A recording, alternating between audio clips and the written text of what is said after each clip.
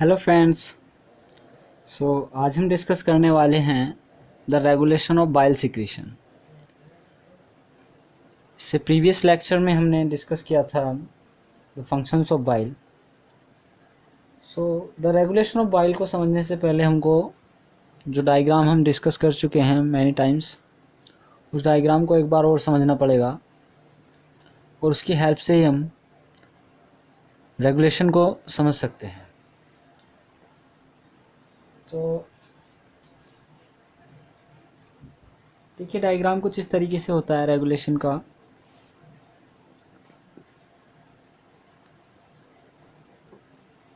Suppose guys, this is liver, there is hepatic duct, there is cystic duct, and there is common bile duct, and there is a sphincter of Oddi, and here a duodenum. Okay friend, यहाँ पर हमारा होता है gall bladder. ठीक। अब हम regulation को अच्छे से समझ सकते हैं। देखिए, जो रेगुलेशन होता है बेसिकली ये आपका 2 टाइप से कंप्लीट होता है। तो इसके अंदर 2 नर्वस, एक होता है आपका नर्वस रेगुलेशन, एक होता है आपका ह्यूमोरल रेगुलेशन।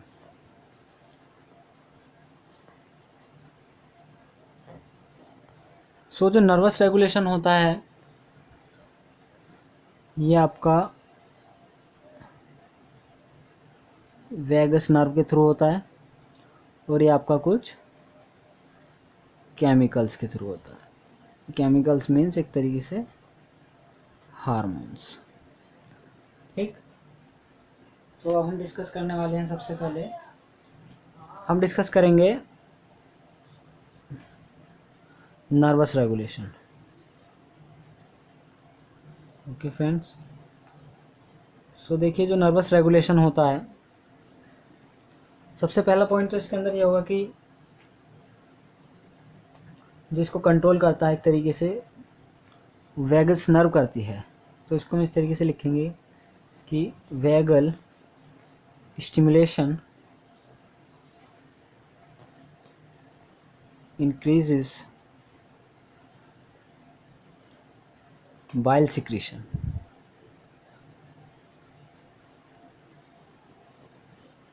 कि जब वेगस नर्व स्टिमुलेट करती है तो क्या होता है कि बाइल का सिक्रीशन बढ़ जाता है। अब देखिए, वेगस नर्व जो होती है वो सिक्रीशन कैसे कराती है? वो क्या करती है कि जो गोल ब्लैडर है वो इसको कॉन्ट्रैक्ट करा देती है। जब हमारा गोल ब्लैडर कॉन्ट्रैक्ट होगा तो इसके अंदर जो बाइल है उसका सिक्रीशन ड्यूडेनम के अंदर इजीली होने लगेगा। यहाँ पर vagal stimulation is very important. Okay friend. अब इसके अंदर क्या होता है कि ये जो वेगल स्टिमुलेशन आया, एक तो इसने क्या कराया, सबसे पहले इसकी वजह से क्या हुआ, इसने क्या किया, contraction in gall bladder. Gall bladder के अंदर कॉन्ट्रैक्शन किया। ठीक। और क्या हुआ, दूसरा पॉइंट क्या हुआ, ये जो स्फिंक्टर ऑफ ओडाई होता है, ये जो है आपका स्फिंक्टर ऑफ ओडाई है, जब ये रिलैक्स होगा तो बाइल आपका ड्यूडेनम के अंदर एंट्री कर सकता है। तो वेगस नर्व क्या करती है, ये रिलैक्सेशन कर देती है स्फिंक्टर ऑफ ओडाई का। ठीक। तो ये क्या करती है, relaxation of sphincter of Oddi. इस तरीके से वेगस नर्व के थ्रू हमारा नर्वस रेगुलेशन कंप्लीट हुआ। अब इसके अंदर क्वेश्चन ये उठता है कि जो वेगस नर्व है ये स्टिमुलेट तो कर रही है, लेकिन इसके स्टिमुलेशन को कौन रोकता है? ठीक है। जो वेगल स्टिमुलेशन होता है इसको हम नोट के थ्रू समझेंगे कि ये जो वेगल इफेक्ट है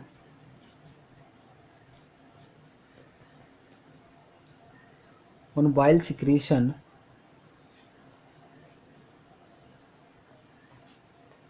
is prevented by atropine hormone. एक आपका एट्रोफिन हार्मोन होता है, ये क्या करता है, वैगल स्टिमुलेशन को रोक देता है। सो इस हार्मोन का नाम याद रखना बहुत ज़रूरी होता है दोस्तों, क्योंकि वैगस जो है आपका केवल स्टिमुलेट कर रही है, लेकिन इसके स्टिमुलेशन को रोकने वाला भी तो चाहिए। क्या होता है कि गोल ब्लैडर से यदि आपका बाइल का सिक्रीशन ज़्यादा हो गया तो इसको रोकने के लिए एट्रोफिन हार्मोन सिक्रीट होने लगता है। ये हार्मोन क्या करेगा, स्पिंचर ऑफ ओडाई को कॉन्ट्रैक्ट कर देगा और गोल ब्लैडर को रिलैक्स कर देगा। ओके फ्रेंड, अब हम समझते हैं ह्यूमरल रेगुलेशन। ओके फ्रेंड, सो देखिए ह्यूमरल रेगुलेशन में क्या होता है कि इसके अंदर दो मोस्ट इम्पोर्टेंट हार्मोन होते हैं। एक होता है आपका CCK-PZ और एक होता है आपका सिक्रेटिन।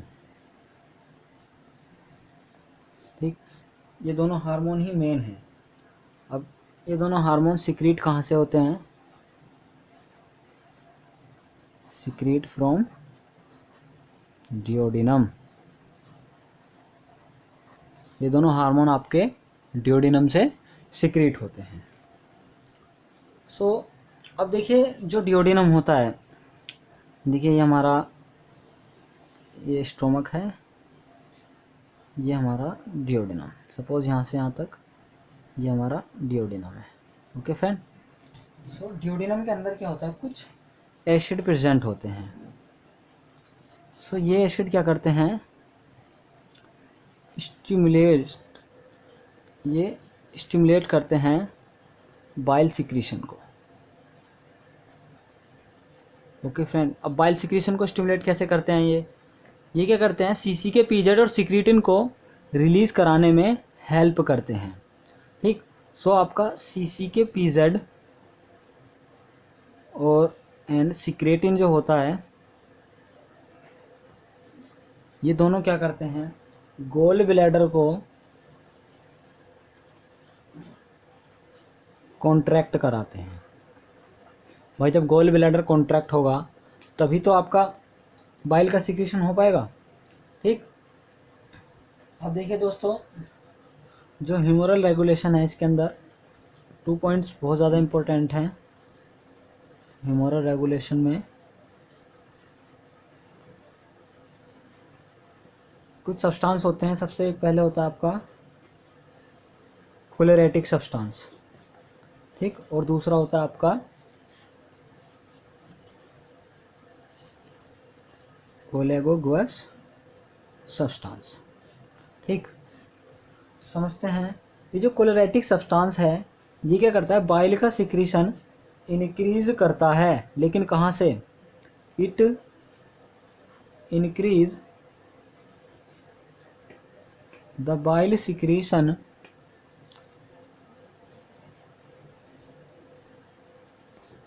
From liver. ये करता है लीवर से बाइल के सिक्रीशन को बढ़ाता है। ये करेगा, लीवर से बाइल के सिक्रीशन को बढ़ाएगा। ठीक, सो इसका एग्जांपल कौन कौन से सब्सटेंस होते हैं, ये इसके अंदर देखो कुछ आपके बाइल साल्ट आते हैं इसके अंदर,